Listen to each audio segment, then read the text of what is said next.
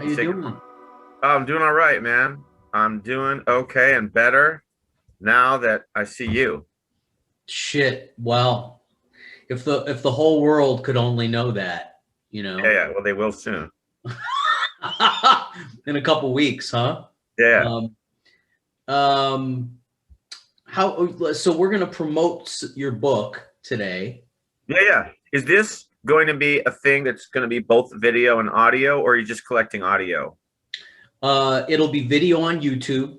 Okay, It'll cool. come out live on YouTube, and then it'll be audio on Spotify, Apple, and all those platforms that where people can download it. Awesome, man.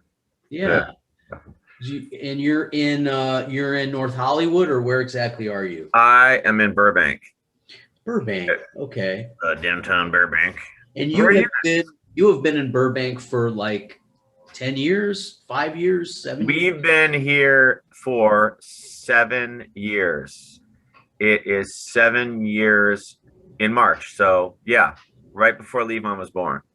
Okay, And right. yeah, we were in like sort of NoHo Studio City border where Robin had an apartment for a long time. And when I met her, we were there before we had an opportunity to move over here.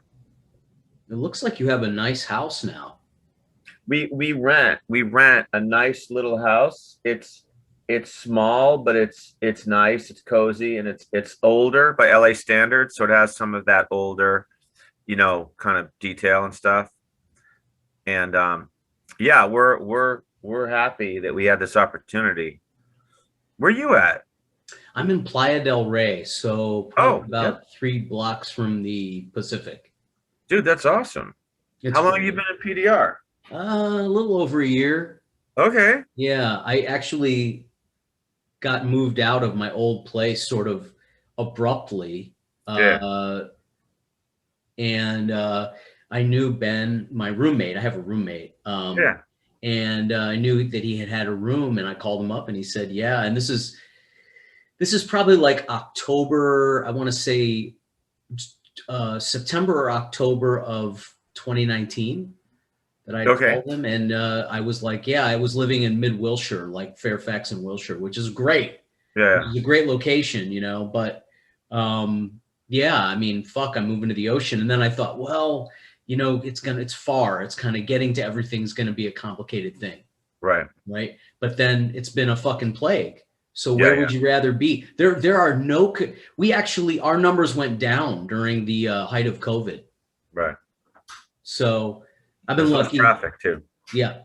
But also, I mean, you can live your life doing so much now, just probably from home, like with Zoom and whatever. Like having a podcast, man. Yeah, yeah. PDR is nice. It's very understated in LA. A lot of people have never really actually sort of checked it out. It's really kind of interesting little area. How much have you spent some time over here? Yeah. I mean, it's a decent sized place. There's the area people think about when you're going out next to Bologna Creek and you're going on the northernmost tip, basically, and you come into that old village with like the old little restaurants and bars, and then there's the beach there, and if you just go a little bit back to north, you're across that little channel from Marina del Rey. Right. But as you know, then there's this sort of dramatic hill that goes up and stuff. But you can go way south back in there, and there's a whole other neighborhood of Playa del Rey that is just like, I don't know, it looks like sort of nice, dense suburbia kind of. Okay, so you're describing where I live, right? Yeah. Where you basically took us through a little map. Yeah. Ladies and gentlemen, for the No Idea Zone viewer, what's cool is you described it as somebody who's coming in on a bicycle. Like you must have come in on a bicycle a few times from Bologna Creek. I did actually. I'll tell you really quick. One year, I had this weird year in transition, and I lived in this area, Arlington Heights, mid city, Right. and it was an area that It's hood adjacent. That's kind of the hood. Dude, I had friends who wouldn't visit me there. They wouldn't visit not me. bad.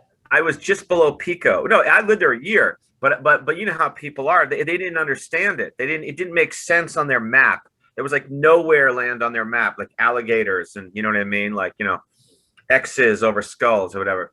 And what was cool though, I love bicycling, is that I could bike sort of down Venice Boulevard and get over to Culver City. And then I got on that bike path, which you're down in that like Bologna Creek River thing.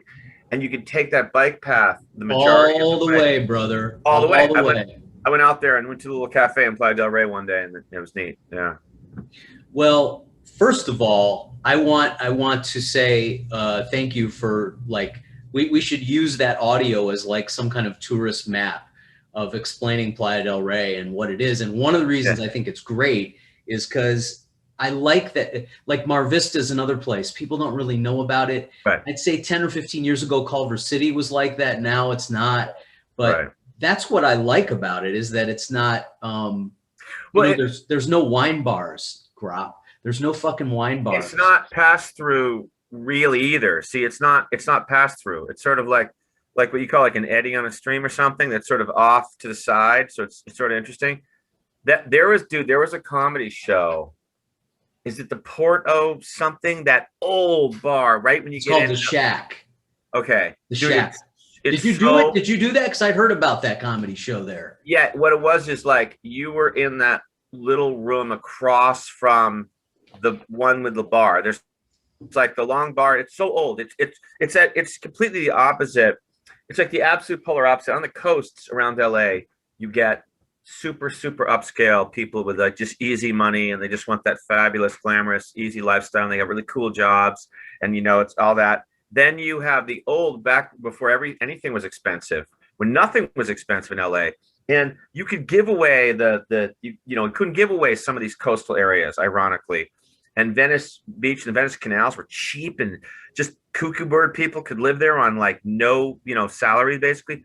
And Playa del Rey was like that too. And like you have these bars, these old salty bars with these grizzled, you got some of the most grizzled, toughest, weird towny characters, ironically, at the coast, like way more savage, dude, than even like what we have in Burbank. You know what I mean? Yet you also, anybody moving in now is like super good job and like $2 million house, but playing that place, that's a salty bar, man, that place. And it was the Shack, right?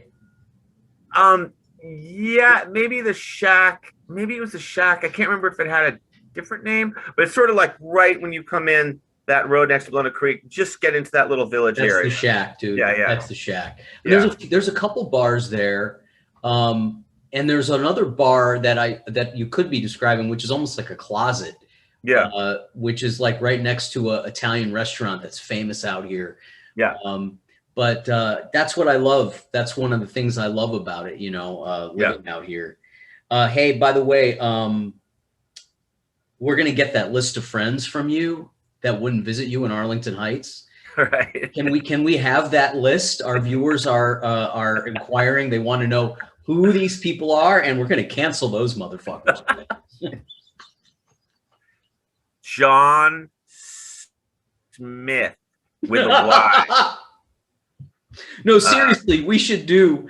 That would be a funny comedy sketch if you got on a Zoom call, like the movie Clue. Like they don't know why they're fucking invited to the Zoom call. Grop is hosting a Zoom call with these friends, and we just out them for being afraid to come to Arlington Heights, which is not really that deep, man. I mean, no, it's above the 10. What it is it's really an in-between no man's land, because it doesn't even have the kind of fame.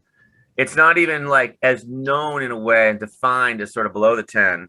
But it's like it's below, you're like a mile below Hancock Park, but there's this gigantic socioeconomic chasm in that mile.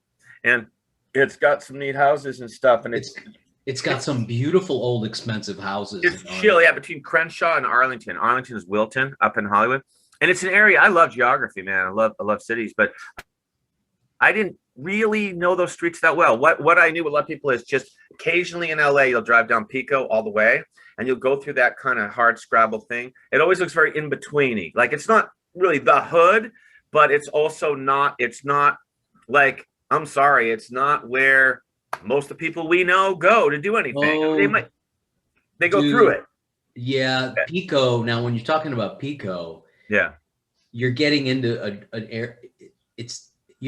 area. I just call it Blade Runner. Right. Blade Runner part, because you're That's driving through. It's not a residential. It's not entirely commercial. It's not entirely residential, but right. it feels like the soul of a computer chip was like surgically it's just a terrible place to live at. Dude, Pico in that mid-city area. The more west you go, it starts to change, and when you get out near Fairfax, now there's some really hip stuff. Right. But especially when you are east of La Brea, and I was east of Crenshaw, between Crenshaw and Arlington, and when you're going through those blocks, a little bit east or west of there, it's like super hodgepodge. It's super like little broken down little corner store thing and a weird thing and a little old barbershop might be broken, it might be closed, and an old print shop. It's like everything looks very like in the movie, like the Blade Runner. That's where you go and be like, I had to find the man who could connect me to the vacuum tube. And you go to a place like, who are you looking for? Whatever. It's all very like broken down and weird and random. Then you go up to some flat on the second floor.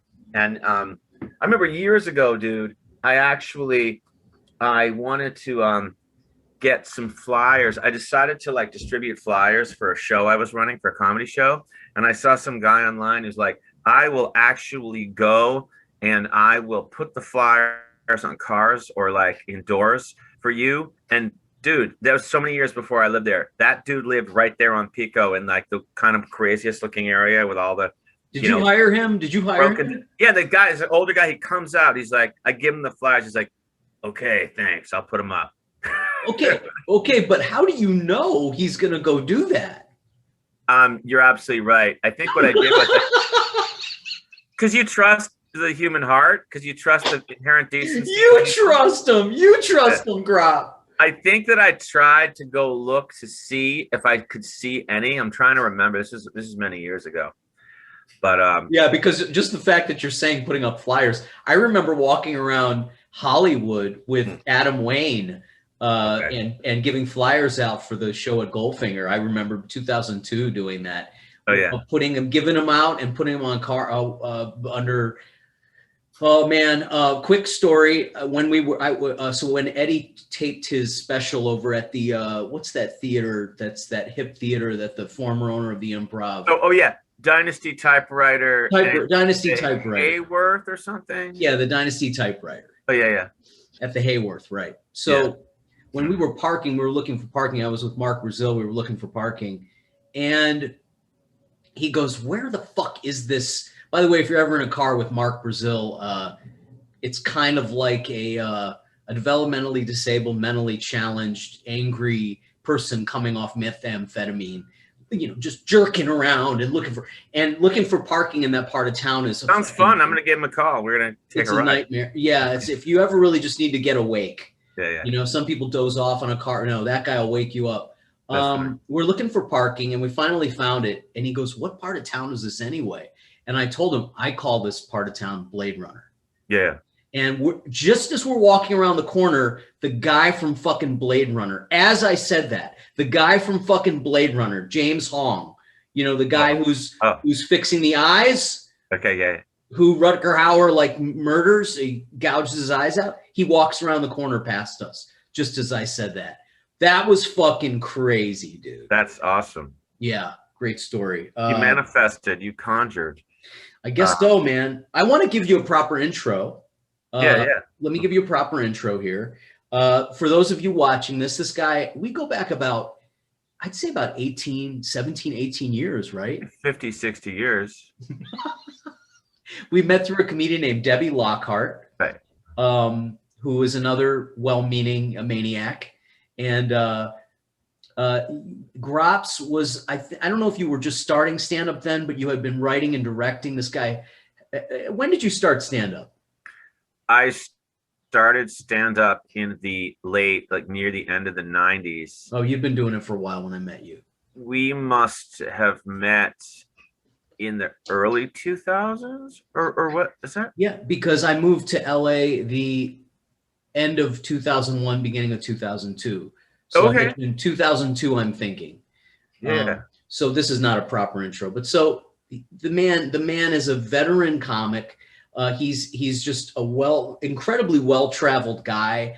has been through pretty much every avenue of stand-up comedy that you can imagine. He's been on the road, which I want to ask him about. He's written stuff and directed stuff, stuff that I've even appeared in. I've been cast in some of his work. And most recently, he did a really funny comedy sketch, which because I'm so professional, I don't know the name of, but it was really fucking good. And he played a guy named Jerry Slack, which cracked me the fuck up, which he will tell you more about. And that is my buddy, Adam Grotman. Welcome, Adam, to the No Idea Zone. My pleasure, man. This is great. Yeah, I was going to so many things to talk about. I've been in a group. I've been in a virtual sketch group. I was just asked by someone, Eric Basoja, you know him? Virtual sketch group. That's right. It was a virtual sketch group. And so like as we can and are motivated since way earlier in the pandemic, a group of us who's a little bit revolving. There was a core, but as happens, a couple people in the core, just other stuff came up or whatever. They drifted maybe away from it. But we've used other people from outside of the core for stuff. Everyone's really done a good job for sketches, and we've done more than half a dozen where basically we make them on Zoom. Some of them are about people in Zoom, where that is what the format ultimately looks like. Some of them we use Zoom, but it doesn't necessarily look like that it is a Zoom session. We also use our own phones, and just pretty much it. I don't even know if anybody even has a camera, so to speak, that's been using it. But the phones are so good these days, so we get our significant others, partners, whatever. But the whole thing is that we're all actually making this stuff isolated in our houses, and none of us have hung out. But it's like a lot of things where you forget that you haven't hung out with the person in person, but you've seen them in Zooms and calls during, and also talking about what you're going to shoot, and also whatever phone calls. But like you forget, like, oh, I haven't actually seen Eric in person the entire pandemic, but it feels like you have. And he's a good director, like he's a good quarterback editor, and I've written some and come up with ideas, and, gotten to act in them too. But yeah, that was kind of our most ambitious sketch. We worked on that over months. Mm-hmm. The big thing was getting 7 actors in a Zoom, essentially in a Zoom meeting, and shooting a sketch about a Zoom meeting. So we actually did it live, so that way at least everybody could see everybody in real time and sort of react to them. And we banged that out. He was able to do a little bit of editing of different takes, but it's close to almost a real time thing. And then outside of that, my character is the main character, the corporate sort of top manager, whatever you want to, CEO, bringing together the heads of the departments for the most important meeting they're ever going to have, because they're way into pandemic and the company has kind of fallen through the floor, and he's worried. He's up at night, this guy, about, can I and my crazy team who's disintegrating in pandemic pull this together and save the company, and save all of our asses too, but save the company. So he's got that like corporate pride, but also he doesn't want to sort of lose everything and not be rich, and all of them, right? So it's sort of also a riff on that in society. We all been home. We got to hang out in our pajamas and throw on whatever and let our stuff grow. Who cares? And you don't have to see people as much, and you just do whatever you want in pandemic. So the top managers in this sketch have all gone psychologically off the edge in one way or another. They all have their different way that they've gone sort of cuckoo and devolved. So anyway, it was fun, and we worked on it a lot over time. And then there's shots of me shot with phone and stuff. And my wife helped me somewhat, but around the house and different things, like preparing for the meeting and then after the meeting. And I'm glad you liked it, man. It's sort of like a short film. It's the funniest and most relevant thing that I have seen during this time about this time. That's awesome. I really appreciate it. It's beautifully edited. That you mentioned that the guy whoever edited it. It's really, really kind of perfectly put together. Thanks, man. And that it was really great. It's really, really funny. So What the name of the sketch is? A Zoom meeting, right? It's a corporate Zoom meeting. So it's corporate, sounds very generic, but it's corporate Zoom meeting, and we're Shelter Skelter. So I think Skelter, right? That if you put in Shelter Skelter, and it's 3+ minutes, Okay, and it's YouTube. We can find it for the people watching this. It's on YouTube. I think you put in Shelter Skelter corporate Zoom meeting, because I think corporate Zoom meeting itself might be too generic in terms of like replies. Right. If you put in Shelter Skelter, you're Shelter Skelter and then corporate Zoom meeting or some combination, you should get it. And we have our own little like Shelter Skelter YouTube, channel. We have some other fun ones too. That's the deepest. That's the most of what I call a short film, where it sort of crosses over to something that feels more like a film than like a sketch. And I like both, but we've done a few other video things. Well, it's a beautiful calling card, Grop. Thanks. It's a beautiful calling card. Hey, Levon. We've entered it. Eric entered it into some short film festivals, which I don't even think have closed submission yet. So it's all gonna, be in the weeks in the future. We'll see what happens. But it's nice to get stuff out there, and it's fun to do acting. You were great, man. The thing I made, I want to tell them about the thing you acted in. My thing is, years ago, I was into, for a little while, making kind of political comedic sketches. This was around the era of like, it was right when Obama was running. It was the era that I started to get into this. Did a few of them. There was the era that crossed over from George W. to Obama. I think is around the time. I would say it was 2007 when you hit.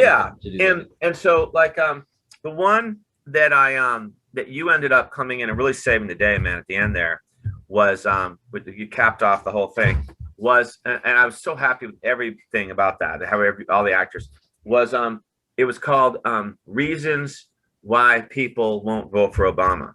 And I found it so funny too, because of what I was going for, I looked around and I thought, I need really white looking people, like really white looking comedians, because I know what I'm doing. Dude, I know what'll work. The people you got were straight out of the Upright Citizens Brigade. I mean, they were right, so they were all like really good, like really cool people, like comedians in LA. But I wanted people who looked like they could be walking down the street in the middle of like Iowa, and you know what I'm talking about. You know what I mean? Totally, Larchmont.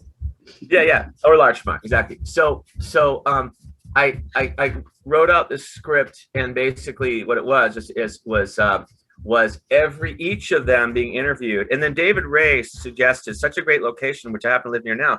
It was a Toys R Us like big gigantic parking lot place over in Burbank that looks so not slick LA. It looks so middle America with that Toys R Us and right by the Burger King, right? The Burger King's in the front, yeah. So we were like in between, and so all you see is like, you see this like Toys R Us. It just looks like, yeah, that could be like in Nebraska, who knows? And one by one, I'm interviewing them. David Race actually was the interviewer. He did a great job. He's like, I'm here on the street. I'm like, could you tell us why won't you vote for Obama? And or will you vote for him? Whatever. And she's like, no, he's kind of young. He's a little too young. Or it was like, oh, no, he's too Hawaiian, or whatever it was. Well, one lady was like, he's a Muslim, isn't he? Yeah, you're right. So totally. And then I had these two guys who were like a little duo that they said he's Jewish, and like, what do you mean? He's like, Barack Ata Adonai. I forgot that. That's great. And then near the end, Tina Dupuis did a great job saying he's Irish. What do you mean Irish? Obama, Shaquille O'Neal, like or whatever. But then like everybody we go through all that, and Troy Conrad's one was great too. He's like, I'm not comfortable voting. He played a hillbilly. He played like he did a great job. He's like and he kind of riffed it pretty good. He's like, I'm not comfortable. It's like, when it comes time, because at that time it was McCain and Sarah Palin, I think is what it was. Right. And he's like, when it comes time to picking a partner, the other guy picked a lady. That's normal. But this Obama fella, he picked another man to be his partner. I don't know. I'm not ready for that. That's not right. I thought, what a great inversion. Oh, did he create that? I think that like I had that concept because each character had to have its reason. But the way he said it or something, he said it in a way. I see. His delivery. Yeah. That's cool. Because funny thing about that, where we shot that, the reason I was able to, I think you called me at like the 25th hour. I don't think you'd had, I remember it being something like, hey man, this thing's going on and can you do it? And I was working right down the street at the Cat Williams had a studio, like half a mile from there, quarter of a mile from there. Yeah. And I came straight from the studio. I think we'd been there all night. And I came straight from the studio with my black hoodie. And I had the whole, it was very convenient. I just remember it being very convenient because I didn't know you were working for Cat Williams, but I don't even know. Maybe I knew who he was. I'm not even sure if like it was 2007. So yeah. Okay. No, he was huge then. Yeah. Right. You're right. But like but what your part, just for the viewers out there, ironically, to turn the whole thing around is that you all of a sudden come in like with this crazy energy, like this uncontrollable guy with a hoodie, and then you say you're like, he's not black enough, like he's straight sellout or whatever. So it's like it was a great twist on that. Yeah, that's cool, man. Well, that is also available. And so do you have a channel, like a YouTube channel where all this stuff is? Yeah, most of this stuff, like the Shelter Skelter stuff is in Shelter Skelter because Eric set up a thing to make that just its own neutral space for that, for these pandemic videos we've been making. But my stuff, most things like we just talked about, Thing Obama, is Grop Rock videos, is one way to find it. Grop Rock videos. And I got all kinds. I mean, also like some of my own like stand up and stuff, but all like almost all the sketches I've made that I feel like are worthy of even putting up there at all, for the most part, are up there, you know. And there was the most views I ever got. It was so not the best thing. That's how it is sometimes. The way stupid viral stuff completely is that way. The things I'm most proud of and always like really want to show people who actually appreciate kind of good whatever filmmaking and stuff are not the ones that gotten the most. The one that got the most was right around that time. I grabbed Cynthia Levin to do a Sarah Palin, and her real boyfriend at the time was played the husband Todd, which really worked great because of what it was. It was basically Sarah Palin and her husband having sex in bed, and he is turning her on by talking liberal, like talking dirty. So he's like saying liberal stuff, and she's like really getting off on it. And like it was fine. It was okay. It was a little awkward kind of thing, but it was okay. And it got 330,000. That was years and years ago. That's crazy. But the Obama one got like over 10,000, which is decent, which is like some traction. But I'm so proud of how it came out, and also it earned like an award on Salon magazine. Wow. Like political commentary video or something or whatever. It was humor, but So Grop, you have been through, and we'll get to the cancel culture because I do want to talk about that with you. Yeah. But you have been through a lot of, I ended up kind of plummeting into the black comedy scenes, but you have been through many different comedy stand-up places. Like did you come through, would you say you came through alternative comedy? I know you went on the road. And you opened for a comedian who we may or may not mention, because I wanted to ask you about that too. But I just wanted to ask you if you could kind of encapsulate a little bit of that journey through where for the comics and the sort of comedy enthusiasts who are watching this. It's a good question. It's a good question. When I started, I moved to LA, and I didn't move here to do stand-up comedy. I started later than a lot of people. I started seriously, I think, at age 31. I had stage for the first time. A lot of people I found out later started like 21. That's not weird. I'm weird situation, but I didn't know because to me, you know what I mean? So I didn't, whatever. Anyway, but I came to LA at around age 30. So when I started, I'd gone to Largo, that incredible Largo show, which at the time was very inspiring and very special, on Fairfax. This really neat, almost like supper club kind of room. It was like across from Cantor's, right? At Yeah, that across time? from Cantor's. And it was like a medium-sized room with a really cool, like rustic kind of hip feel, and one simple kind of stage in the corner, and a small stage. And basically there was a show on Monday nights, and it was the cream of like the sort of alt crop. Like it was a Sarah Silverman crowd. It was a Sarah Silverman crowd. Exactly. Like a lot of them have gone on to be hugely successful, but all I would say are very respected, you know, and they were very, very good. Like a lot of them could do mainstream, but in that room especially, they could really be like smart and weird and really like cutting and edgy and whatever. But there were some incredible, like, interesting sets, and it was really like inspiring. It was watching that made me think, oh, it doesn't have to be necessarily this kind of like 80s style or whatever. It could be really smart or whatever. But that audience is a very special audience, you know. So, but from that, I went and did like an open mic. A guy was handing out flyers in front of Largo when you walk out, literally trying to like snare some of the younger audience members who might want to just stand up themselves. So I went and did an open mic way over on Lincoln, where there was a cafe, which I think turned into a Mexican food place in that stretch of Lincoln and Santa Monica, like below the 10. And way in the back of the place was a little stage, and I prepared my jokes, and I got up and I told my little jokes, got called, you know, in the order you put in your name, whatever it was, and got a few laughs. And there's a couple of nice audience members kind of looking up at me and maybe like laughing a little bit or whatever. And that's it. Like either you're going to go back, I think, after that first time, or you're not going to, you know, for the most part.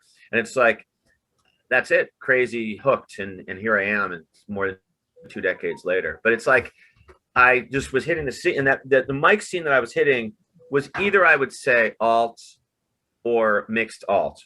But I didn't know anything else. And there was good and bad things about that. And it was pretty insidery, and I kind of gained perspective later on about all the regular stuff out there. That's not weird and bad, and this little tiny little alt crew is where it's at. It's just all I knew because it's where I first went into. And a lot of it was, I like the smartness or that can come out of it, but also oftentimes in a little alt bubble, you're playing a different game. They're not playing baseball. They've got a wiffle ball, and they're using a tennis racket. It's like, no, I'm sorry, you don't like. And mainstream clubs doesn't have to mean hacky or dumb or anything. Actually, I love higher brow club comedy, the smartest guys. I mean, I really, really respect some alt comedians too. But what I ended up really not appreciating, it wasn't good, I think, for me or anybody, is stuff that's not even trying to bring it to an audience that is not your buddies, or not insidery, or you know what I'm talking about. Like, no, most people don't know what you're talking about, you know? And there was always people who were aiming higher, and there was always people who were content to make their few buddies laugh every week. And that was about it, you know? And so I started really in those mics, but then I started to kind of like reach out to the other side of town, so to speak, you know, and go to some different mics and shows, and cross paths with different comedians. And then of course there's the first like booked show we all get, which is like a bringer usually, like if you're in LA, you know, and you arm twist like 6 friends to come out and see you when you're like a tiny fraction of how good you're going to end up being.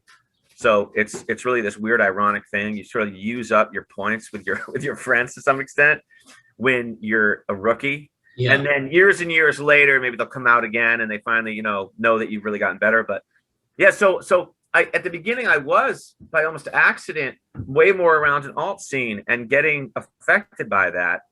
And then I sort of like reached out some years into it and stopped going to the alt mic. I didn't like it when it moved to the brewery, the brew pub in Westwood.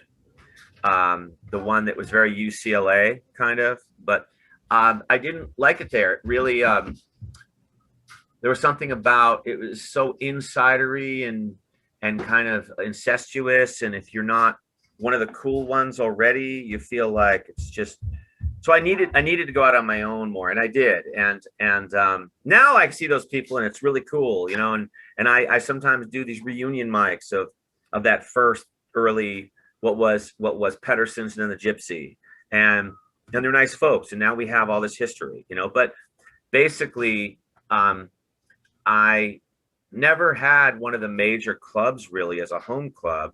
I would do sets sometimes with major clubs, but like I think a lot of comedians in LA, I would make and find my own weird schedule of like, oh, this thing out in Culver City, and there's this thing in theater in Santa Monica I get to do sometimes, and then I go to the Inland Empire, and I go down to Orange County, I go to Valencia, and you know, sometimes it's a restaurant, sometimes it's a bar, a couple of times it was a bowling alley, you know. I do know. Yeah. There's so much to unpack there. I have to talk about. Yeah. But I think I'm kind of listening to you and not interrupting because I can see that someone who doesn't know about comedy, or maybe they're thinking of getting into it, or they're new, yeah, going to kind of listen to you and get a little bit of a roadmap and a little bit of perspective of this is obviously 20 years ago. So how the comedy scene has changed since then dramatically. Like the alt thing grew. Where do you think that sort of devolved into? Because I find it that kind of those comedy scenes kind of abhorrent. Like they're a little pretentious and right. And also it is subjective completely because I had to find where I belonged and where my humor. It didn't seem like not that they necessarily were supposed to roll out the red carpet for me, right? But that I didn't feel like my sensibilities or humor. It was very surreal to me because I had come from touring the South and I've been doing comedy a little while, like several years before, and very mainstream and featuring in clubs and having to fight my way out of these really rough kind of rednecky places. Yeah. Wow. Yeah. And then to get to Hollywood and see the alt scene, I just didn't feel like there was ever going to be a place for me. That maybe I had a little too much dirt under my fingernails for that crowd. And I had personal experiences with those alternative comics that also made me. But then I ended up in black clubs, so that was my road, right?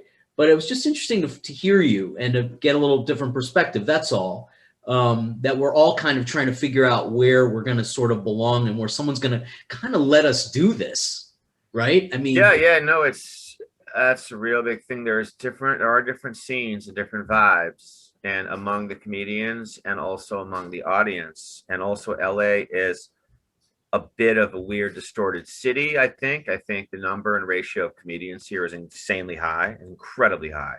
I mean, I know there's cities that have a lot of comedians, but the number of people I would say becoming or trying to go to mics or become stand-ups every week in LA, there's like people we see over again, you know, in certain like crews, but if you go to mics around town or you even look at lineups of shows as you get older, you'll see long lists. You don't know any of them. It wasn't like that. The first 10 years I was here, right, it wasn't like that. It was. Have you noticed that? I mean, you can go on the Comedy Bureau and see like there's like 70 or 80 open mics in LA. Oh yeah, no, and totally. There's incredible, and some of them are going to be good. Like, I mean, some of these comedians are going to be good. Like, some of them are going to rise up and distinguish themselves, you know. But like, it's in LA, you can be, I feel like, a very actually pretty good, strong, very like seasoned and professional comedian and not get time at the name clubs because of it's just almost comes down to categories. It comes down to like a list, like a matrix of are you famous at all? Right. Do you have a big IMDb? Do you have big management? Did you come in kind of good and really young? Like, are you young and good enough to be development material, and you're young and sexy and hip? are you in a special niche where you are a kind of necessary niche or demographic that is not oversaturated? And no, LA doesn't owe anybody like anything. Like, it's not like some of those cities I hear about where they kind of take care of the good local comics. Like, if you're in Atlanta, like, you'll get up the punchline. Like, if you're around and you're solid and you're good, or, you know, if you're in San Francisco, the punchline will take care of you. Same name, different punchline. Sorry, just coincidentally. Or Cobb's or whatever. I feel like in LA, no, it's there. This is the city of the biggest industry. This is the city where people are on sitcoms who are getting sets at some of these clubs, or they're incredibly strong, or they got it, whatever it is, you know, or they have that sexy X Factor thing.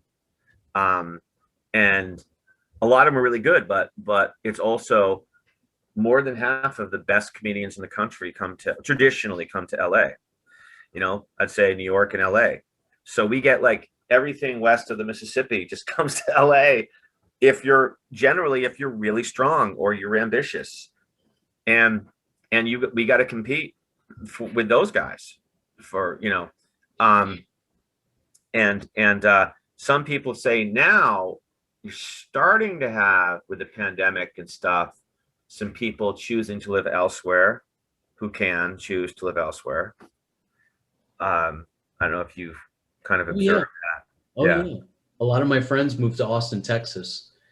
Yeah, I really hear about that's going on. So yeah, I mean, it is interesting. Like, you know, there's always comedians who kind of were in the alt scene, but they really strived to just be very good comedians. And then I feel like they started getting more stage time and had some opportunities. And they decided at the crucial juncture, I'm going to go for it, trying to be just a really good comedian. I'll keep a cool sensibility and something interesting and, you know, whatever, weird, smart, but I'm going to try to bring it to rooms full of people all around.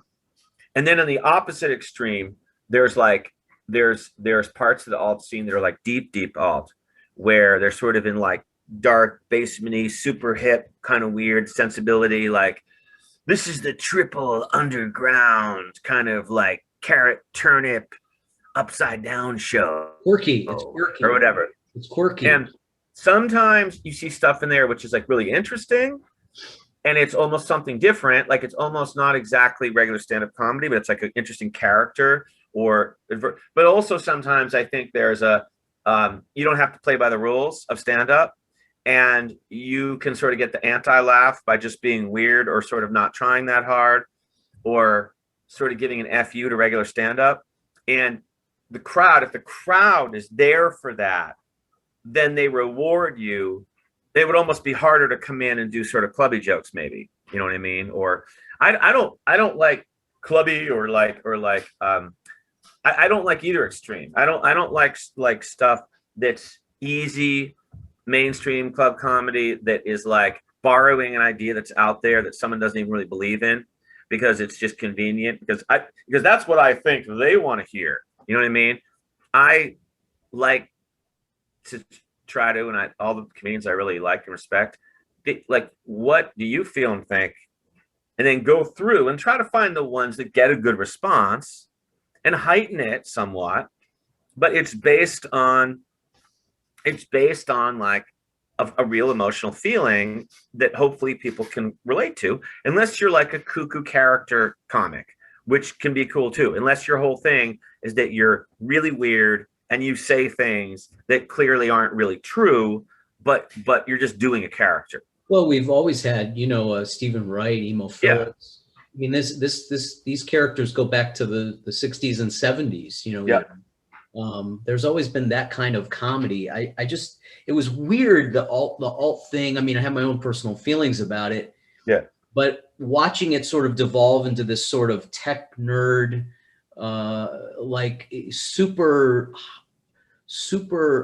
pretentious comic. I don't even know. I don't quite know how to describe it, but I think some of the censorship in comedy came out of those, has come Not necessarily that when it started, that alt thing wasn't like that, but what it's evolved into is sort of like,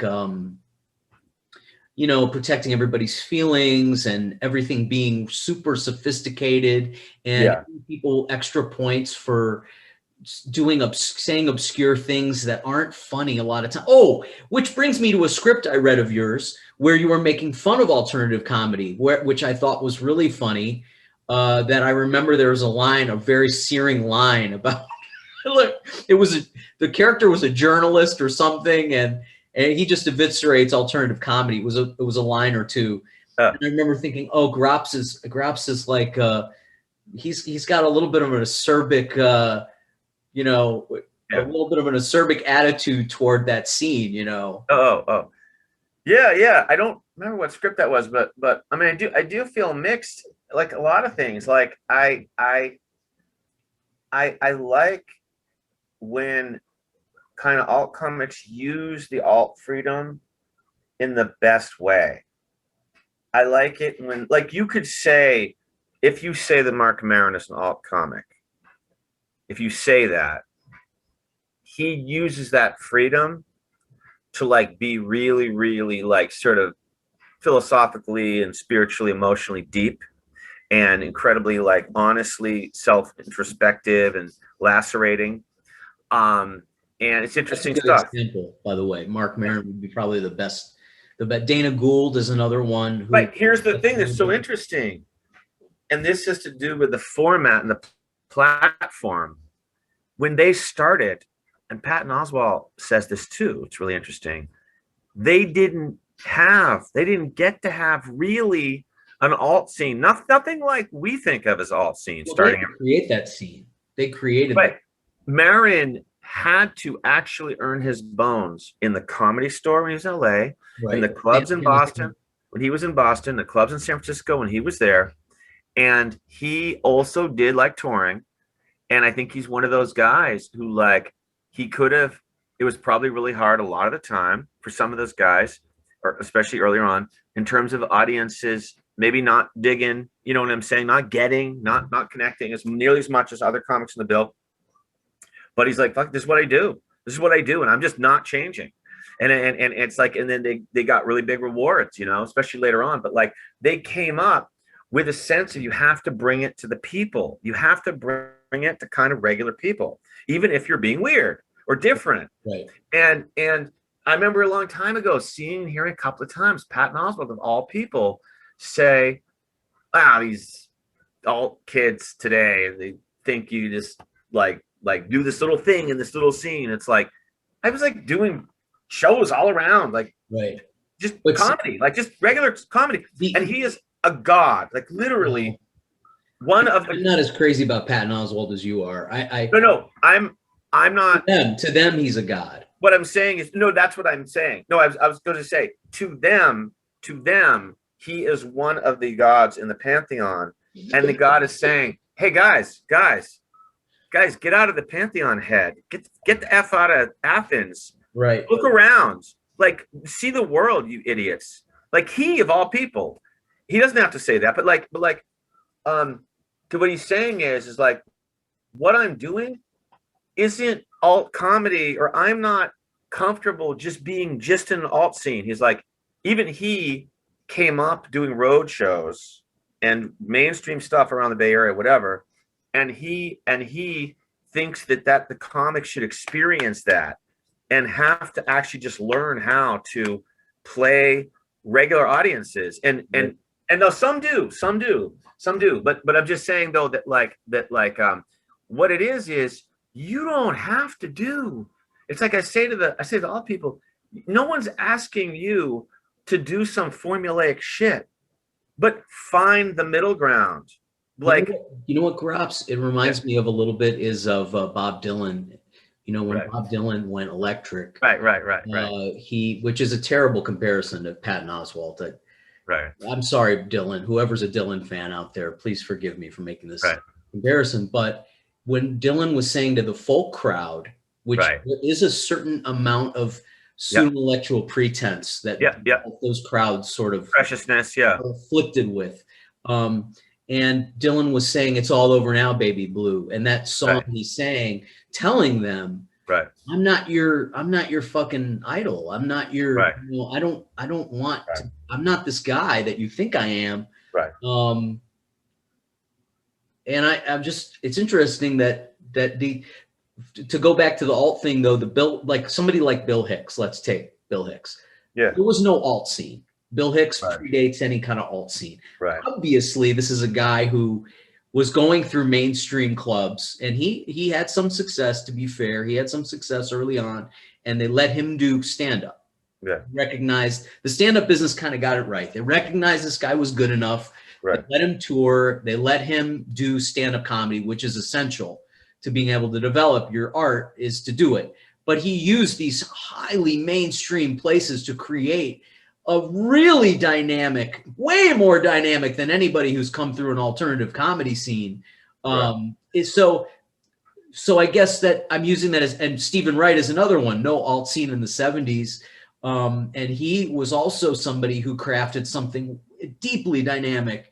Yeah, although Stephen Wright also, sometimes things come around in a circle. Stephen Wright, I remember when I was in college and I wasn't passionately into stand-up comedy yet. Wait, it was years till then. But I was in college and I remember this girl, super cute actually. I was constantly just trying to hang out with her, and I remember she was like, "Oh, I like that Stephen Wright.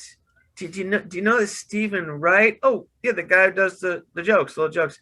Yeah, I really like it, whatever." And I just remember, like becoming aware of him, whatever. But like, he is very understandable and very, very much to regular people, because he just does. He's a different style than a monology, you know what I'm saying, than like Roseanne Barr. But the funny, quirky little jokes in the weird kind of delivery is something that pretty much like regular people get at, because they're good jokes. Well, they had to, because there was nothing was compartmental. Our culture was still 5-6 television channels, and things haven't gotten really compartmental and nichey yet. And look, so Steve Martin's weird. I was in Steve Martin as a kid, and Steve Martin was like arguably as big a mainstream comedian almost as you ever had.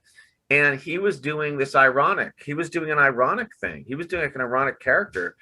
But like here's a guy like David Cross. Okay, would you just say definitely like an alt god too? Right, pretty much. Right. I'd rather listen to fucking Ben Shapiro talk. Wait. I mean, I'm not saying that I'm saying this. You're saying they admire him. But I'm just saying he is in the alt pantheon. And what's interesting is that he came up in a time before the little alt scene or alt clubs, like a lot in like Boston and Cambridge, and then came whatever, I don't know. But like he was there. He went to school there, so he did stand up in like Boston and Cambridge. I know early on, but like he also apparently did the road. Right, he did the road. And he had to at least be in that crucible of going up to Vermont, going down to Connecticut, and playing like just some B run, and so it humbles you people, and it makes you have to meet people in the middle, find a way to meet the people. If you want to be weird and smarty, but it makes you be reproducibly funny smarty. It makes you be weird in a way that is a product. It's like I'm serving a really strange, weird alternative burger that's good, but I'm not serving you literally shit on a plate. I'm serving you something that has some currency out there to regular people, enough to keep getting booked, or to make it through the set without having people really throw, beer bottles at you. And so there is something about the road that is really admirable, and really, I think that regular audiences tell you something. But I also think sometimes there can be really great, really smart stuff that might need a little bit more of a certain kind of audience, or that there's also a tendency on the road for people to just want to be like conveniently expeditious or the least resistance, and like, I'm just going to do the things I've seen written on the wall. I'm going to do the same things like dudes done before, and I know that they relate to. But they could relate to so much more if you try to bring them with you. So I'd say to the hardcore alt people, if you go out into the regular shows, try to bring those audiences up. That's such a great thing to do. Try to bring audiences up with you and walk them up with you.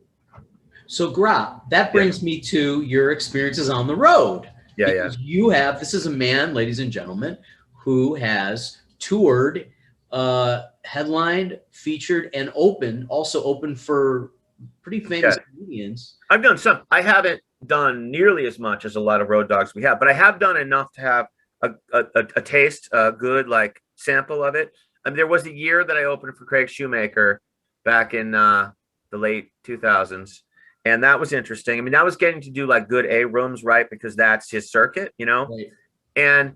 And that's fine. I mean, I feel like I've developed a lot as a comedian since that time. I've actually become more conversational, become more sort of like deeper kind of monology than sort of jokes. I was more sort of jokes back then, which has its pluses and, you know, pros and cons. But I've done rooms out in kind of regular places that have been incredibly fun, and sometimes it can be so refreshing, and other cities too, like when I visit like New York or Boston or other cities and stuff. But like I've done shows where there feels like a freshness and a hot kind of energy that is harder to get in LA, where it's more just like they're not as maybe precious or sort of like connected to entertainment or burned out on stuff maybe as some LA audiences are. I've also done, you know, I did a place like an hour east of Phoenix, Arizona. What was the roughest road show you've ever done? Well, I was just gonna say, up there was a show booked by a road booker, like a sort of one-off road booker type guy based close to LA.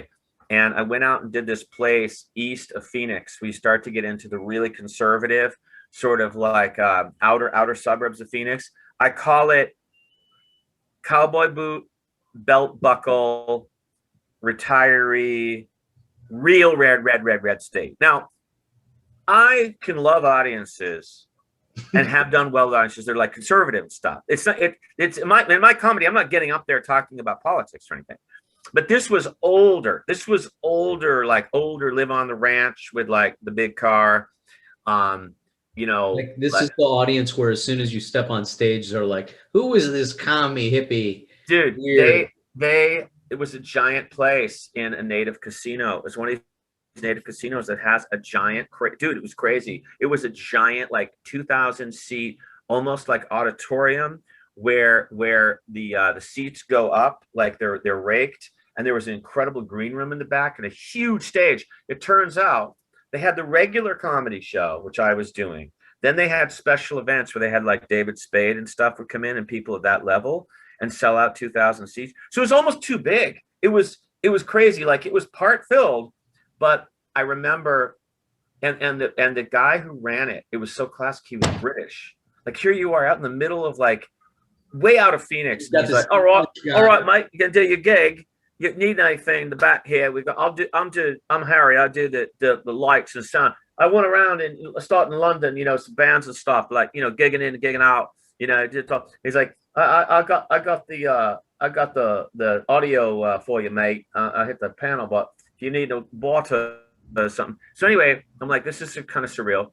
And that one was one of the ones that was really tough. Like you come out and you're just working and they're just looking, and what it was is they're not relating to my talking, my sort of somewhat self-deprecating talking about life and not having made it and you know being a bit, you know, kind of financially modest and all that. And it is what it is, but that's where the audience does make a difference. Like I'm not Mr. like alt, like doing like the weirdo little show. Like no, that was just a rough crowd. That was a rough crowd. I mean, and also it is harder. Like, yeah, you can try to bring it with the best delivery you possibly. And I've gotten better since then, but basically that wasn't that many years ago. And I got some smatterings of laughs.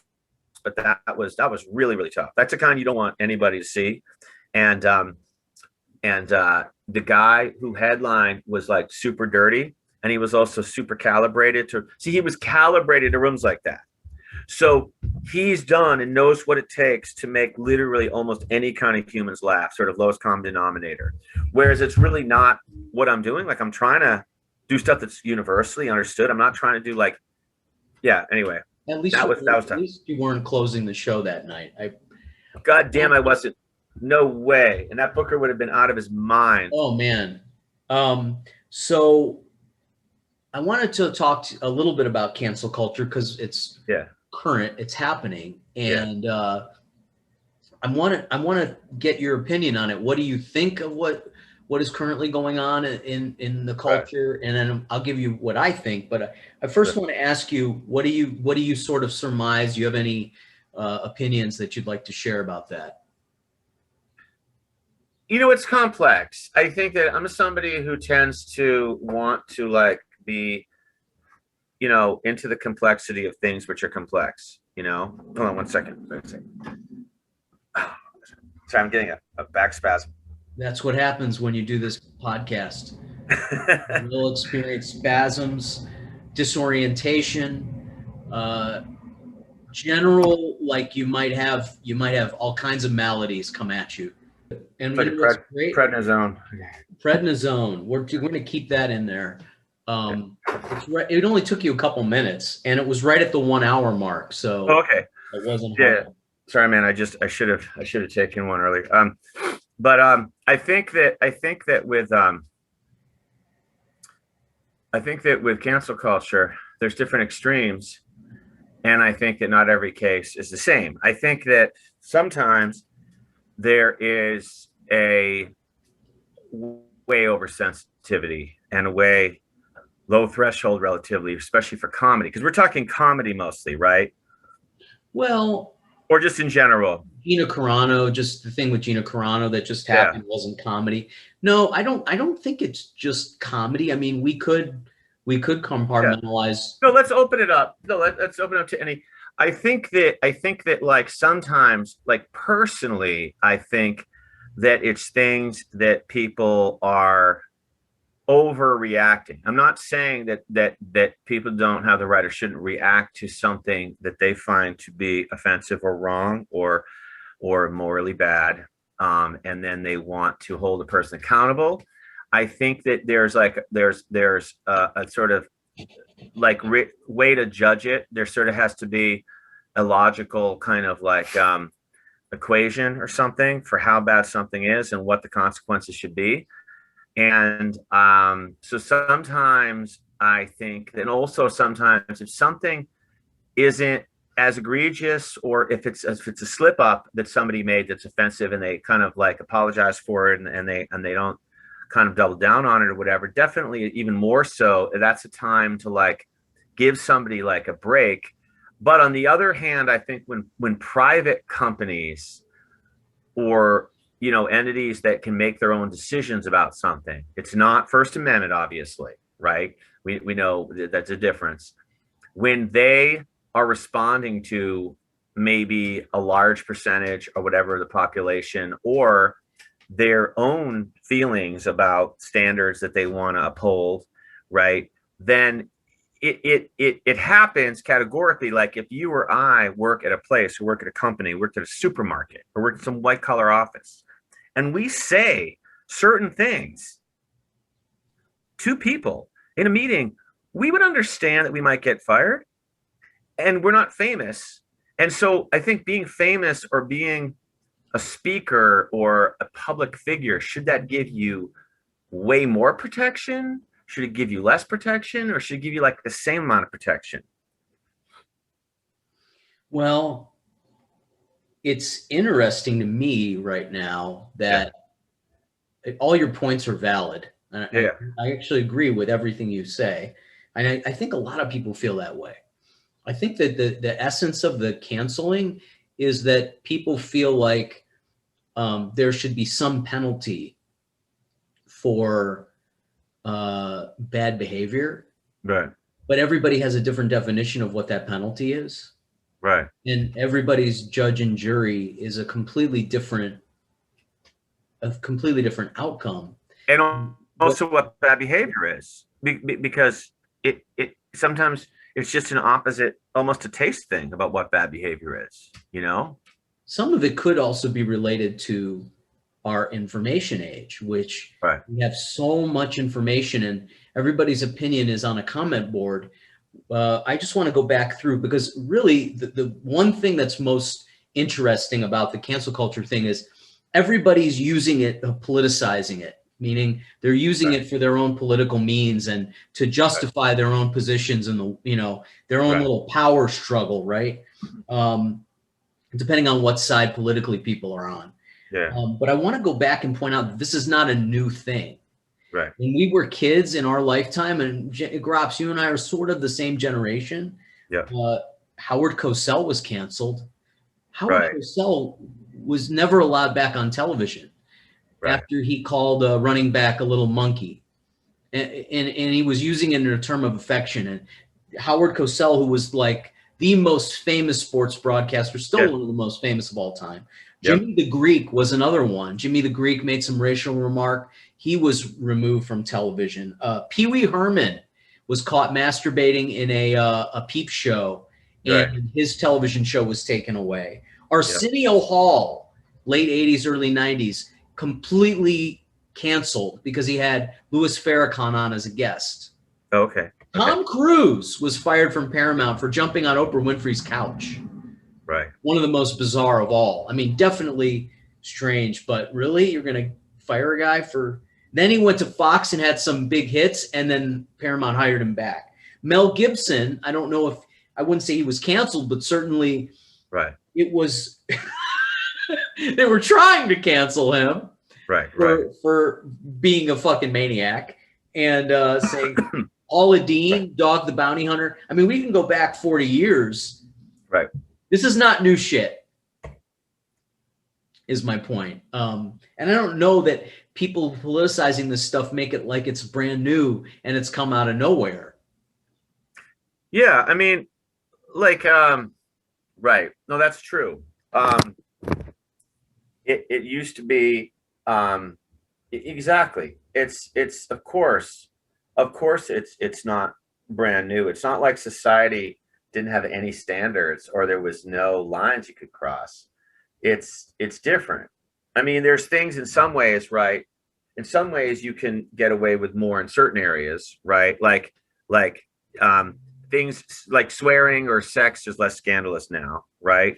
And you're also wouldn't be certain moralistic things that like I don't know, would somebody have been like canceled, for instance, like if they were gay a long time ago, whereas now that's not. Now the conservatives wouldn't like that. Some of them might think they should be canceled, but like today there's more sort of outrageous things in a way you can do, but when it comes to things that are considered to be offensive, I just think that if on one extreme, if people say you should be able to say whatever you want, like blah, blah, blah. Well, yeah, but people have a right to have a response. People have a right to do a reaction to an action, and it's not the public square. It's not the public corner. The government's not canceling these people. No, yeah, people can't like stop you from saying things in the public square, barring fire or whatever, or maybe threats, or I'm not sure about libel and stuff. You can sue people, but basically you can't walk into someone's house and say whatever the hell you want. You get thrown out of dinner. You can't say whatever you want in a workplace because they can fire you. They can fire you for a lot of reasons. And it doesn't even have to be direct. They can just say, we're not comfortable with you working here anymore, or there's general behavioral stuff. So it's like, yeah, I think you can point to cases where it was like, do you see specific cases where you think that person could have kept their job and sort of like been given another chance and kind of like done the right things, and it would have been morally okay with you. Yeah, absolutely. Yes. In the case of like Gina Carano, who was just Right. fired from Mandalorian, Right. I don't think she should have lost her job for that. I don't, but I'm not Walt Disney World. Yeah. I'm not Walt Disney, Yeah. But I guess the idea that when she loses her job, people want to make it as if she's some crusader of justice and freedom, Right. which it's there are so many levels of stupidity to this cancel culture thing. It's not just the being canceled; it's the use of it and the like you said, you kind of pointed out that was profound. Old ridiculous shit that people were canceled for, like if someone was found out someone was gay, now they're celebrated for. Right. Right. But the old ridiculous things have been replaced by completely new many new ridiculous things like also like yeah, like the thing that I read about Gina Carano, I didn't know who she was, and I'm so far outside of the Star Wars thing. Well, they're canceling inanimate objects now. Mr. Potato Head can't be. So the ridiculous shit from before is now being replaced by we need our children's toy to be gender neutral. Is Mr. Potato Head too high in carbs? That you would think that would be the problem, that he would be a diabetes. It would be a diabetes thing. Because he could be replaced by like Cauliflower Carl. Because I'm trying to do low carb, so we eat a lot of cauliflower instead of potatoes. Do you know that? But like Gina Carano, I'm so out of the loop, by the way, dude. I'm not kidding. Like I hear the name Mandalorian. She said something dumb. Yeah. She's like super highly visible. Yeah. No, I know, but let me say something dumb, and then so that's really real quick. I showed this picture to my wife that I took of a guy dressed up in what I thought was this sort of like sci-fi sort of RoboCop looking thing walking on the path in Burbank on the bike path, and it was like really funny. And she goes, "Oh, that guy's the Mandalorian." And I'm like, "Oh, that's the Mandalorian, that show?" You didn't know that? You really I'm like, no, I don't know that thing. No, that thing looks a little like RoboCop. No, I did not know what that was. Boba Fett, though. He looks like Boba Fett. You remember Boba Fett? I don't know, but anyway, what I understand of I like boba. Do you mean the drink boba? Oh man. So no, wait a second. She said something that was just dumb. Like it was dumb. Like if we're having an academic intellectual discussion, you'd say that's an incredibly like wrong analogy. Where she said something like conservatives or people or something is like being Jews in Nazi Germany Holocaust. It's like I don't think she's not being anti-Jewish. She's not trying to in any way speak against Jews. She's using something though very incorrectly. She's using something in a way that is astoundingly incorrect. She's basically saying that like, hey, when you tap me on the shoulder really hard, that was like when those bikers beat a guy to death with metal pipes and you know what I'm saying, and like buried him in a ditch. Like no, they're off by a scale so unbelievably exponential that is a terrible, like you fail. You need remedial like okay, so elementary like schools. in a conversation, if Gina Carano is my friend, right, he says some stupid shit, and I just say, you might want to rethink that one. That sounds really dumb. Then in a conversation. But when you're illogical, when you're a public figure and you're on a comment board, and it gets magnified, and people who don't know you, are like, I don't know her. I don't have any. I'm not emotionally or personally invested in this person. Look, I'd be okay if they kept her because, like I said, it sounds like she's caught up in this particular case with some sort of like very sort of like not very analytical kind of right-wing thinking that's sort of getting emotionally caught up based on like certain things. It's not like I don't understand any of like the gripes of like the right and stuff, but it's sometimes where they take it and they'll basically like whip it up and add yeast and like expand it and grow it. And right now in the world, I think we need to be like, nah, I think people need to actually chill and be logical, less emotional. We have enough emotional, like blowing things up. I think we need to, like, on both extremes, you know, I need to kind of like contain and cool down. Yeah. And if they kept her, what would have been good too is they wouldn't have given all the ammunition to the angry conservatives. Exactly. To wave the flag. Who can now scream like they're victims of censorship, right? And that brings me to the point I was making about that this is not a new thing. They want to make it like it's a new thing, and it's all these, and it, to be fair, there are these boutique liberal crazies out there who want to cancel anybody who expresses a full range of human emotion. However, this is not a new thing. And corporations have been firing people since fucking Howard Cosell, as long as I can remember. Yeah. For saying stupid shit. And Howard Cosell was speaking in affection. Even though he said something dumb, he was speaking affectionately about the person. And also there's the question of like if somebody becomes a public figure or a celebrity, do they have all of a sudden this? Yes. Hold on a second. My son here. We come here. We're gonna interrupt. You have to be seen. Dad, no, I don't. Hey, Levon. Okay. Hi, Levon. Okay, we've had other children camera bomb the parents on the podcast. Okay, Levon, what do you need? Hold on a second.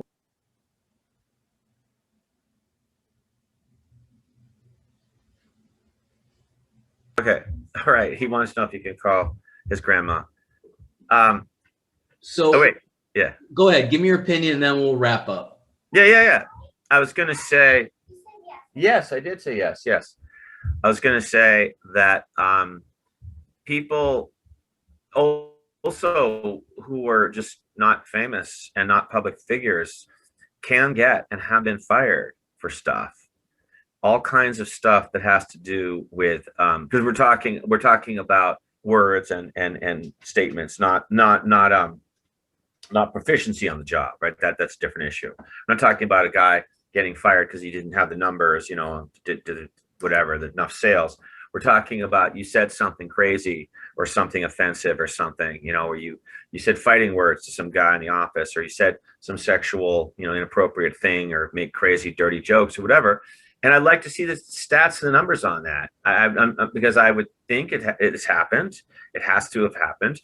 And because those people aren't famous, what about them? Like, but the thing is, I don't think anybody would argue. Nobody knows. It's like a bear shitting in the woods. Nobody knows. But I also think, I honestly think it could be a bummer, but I think that we all know if you do and say controversial things in a private workplace, they're totally unnecessary and totally gratuitous, then there might be serious consequences. And you know what? People lose jobs and people get jobs. It's a bummer, but it happens.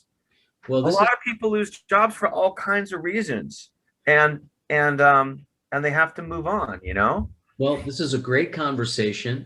There's a lot to it. There's a lot to unpack, and I'm glad we had a little bit of it. I'm glad I got to have a little bit of it with you and Levon in the background.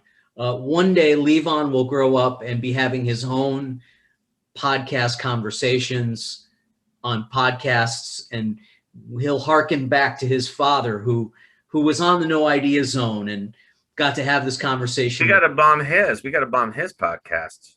Oh my gosh, are you kidding? I'm coming back from the dead. I'm going to come in as a cadaver. Hey, can I show my book? Yeah, right. Okay, so tell us about your book, An Imaginary Real Place. Yes. So this is my book, An Imaginary Real Place. Subtitle is Fragments of Los Angeles by a Longtime Visitor. What this is it is made up of some pieces that I wrote that I had published in the LA Weekly between 2007 and 2018. And I did a lot of freelancing for them, and it was cool. It was really fun and good experience. And I just got to go around the city and find kind of interesting, weird things and people and places and phenomena. And when the editors okayed it, I got to write it and get it in the paper. And so basically it's a collection of stuff.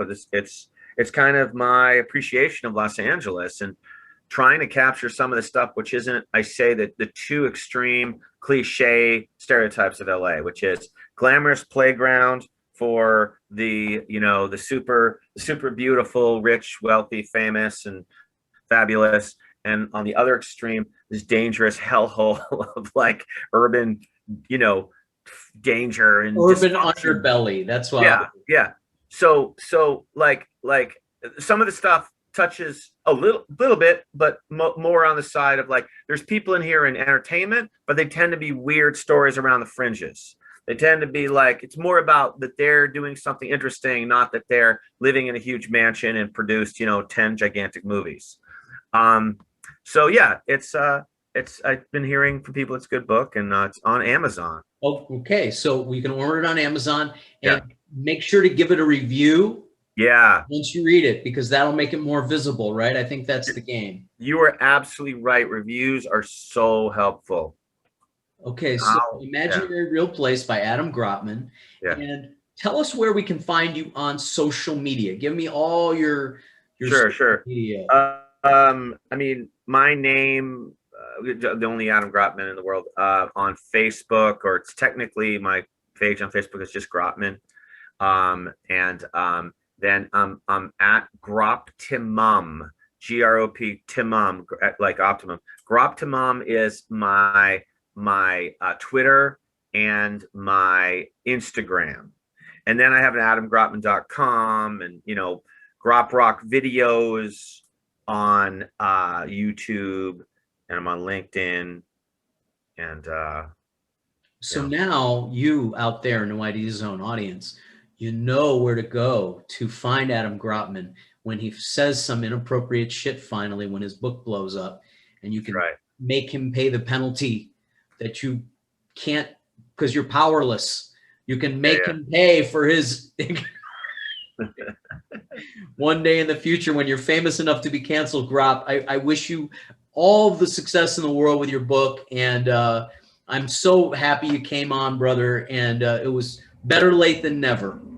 Yeah, no, this is awesome, man. Thanks so much. And I hope I said something of some, value on this cancel thing. It's a big, contentious, complicated thing, I think, and it's something that, is worth exploring. Well, but I mean, we did. Yeah. I mean, we had a lot to talk about, and I'm glad we got to it. And the next time you come on, we'll see if we could pick up, and more crazy shit will have happened in the world for us to talk about. Oh, yeah. And this time maybe Levon will come and say hi instead of pretending to be shy. He's not. Yeah. Well, maybe we'll do it. All right, man. All right, Grop. Thank you, brother. Hey, everybody. I hope you enjoyed whatever you saw on our channel today. Make sure to like, comment, and share everything you see here. And please hit that big red subscribe button. You have no idea how much it helps the No Idea Zone every time you hit that button. Thanks again, and we'll see you on the next installment of the No Idea Zone.